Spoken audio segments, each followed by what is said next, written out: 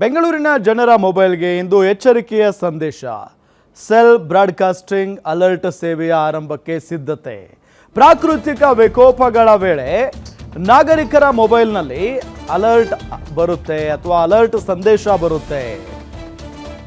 ಮೊಬೈಲ್ನಲ್ಲಿ ಅಂದರೆ ಮೊಬೈಲ್ಗೆ ನೇರವಾಗಿ ಎಚ್ಚರಿಕೆಯ ಸಂದೇಶವನ್ನು ನೀಡುವಂಥ ಸೇವೆಯನ್ನು ಪರಿಚಯಿಸಲಾಗ್ತಾ ಇದೆ.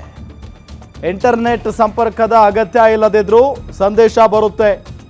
ಎಲ್ಲ ಮೊಬೈಲ್ಗಳಿಗೆ ಏಕಕಾಲಕ್ಕೆ ಅಲರ್ಟ್ ಸಂದೇಶ ರವಾನೆಯಾಗುತ್ತೆ. ಏನಂತ ಬರುತ್ತೆ, ಏನಿದು ಎಚ್ಚರಿಕೆಯ ಸಂದೇಶ ಅಂತ ಗಮನಿಸ್ತಾ ಹೋಗೋದಾದ್ರೆ, ಪ್ರಾಕೃತಿಕ ವಿಕೋಪಕ್ಕೆ ಗುರಿಯಾದ ನಿರ್ದಿಷ್ಟ ಭೌಗೋಳಿಕ ಪ್ರದೇಶದಲ್ಲಿರೋ ಎಲ್ಲ ಮೊಬೈಲ್ಗಳಿಗೆ ಸಂದೇಶ ಬರುತ್ತೆ. ಈಗ ಮಳೆಯಿಂದ ಸಾಕಷ್ಟು ಕಡೆ ಸಮಸ್ಯೆ ಆಗ್ತಾ ಇರುತ್ತೆ.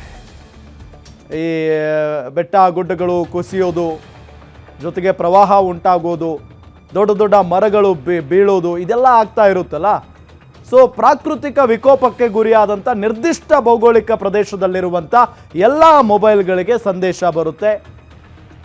ಈ ಸಂಬಂಧ ಮಾಹಿತಿ ನೀಡಿರುವ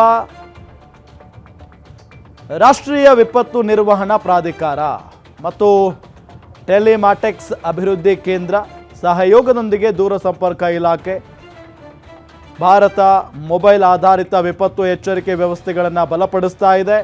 ಹಠಾತ್ ಪ್ರವಾಹಗಳು, ಭೂಕಂಪಗಳು, ಸುನಾಮಿ ಮತ್ತು ಅನಿಲ ಸೋರಿಕೆ, ರಾಸಾಯನಿಕ ಅಪಾಯಗಳಂತಹ ಮಾನವ ನಿರ್ಮಿತ ತುರ್ತು ಪರಿಸ್ಥಿತಿಗಳಂತಹ ಸಮಯದ ನಿರ್ಣಾಯಕ ಸಂದರ್ಭಗಳಲ್ಲಿ ಎಚ್ಚರಿಕಾ ಸಂದೇಶಗಳ ಪ್ರಸರಣವನ್ನು ಹೆಚ್ಚಿಸಲು ಸೆಲ್ ಬ್ರಾಡ್ಕಾಸ್ಟ್ ತಂತ್ರಜ್ಞಾನವನ್ನು ಪರಿಚಯಿಸಲಾಗ್ತಾ ಇದೆ ಅಂತ ಹೇಳಿದ್ದಾರೆ.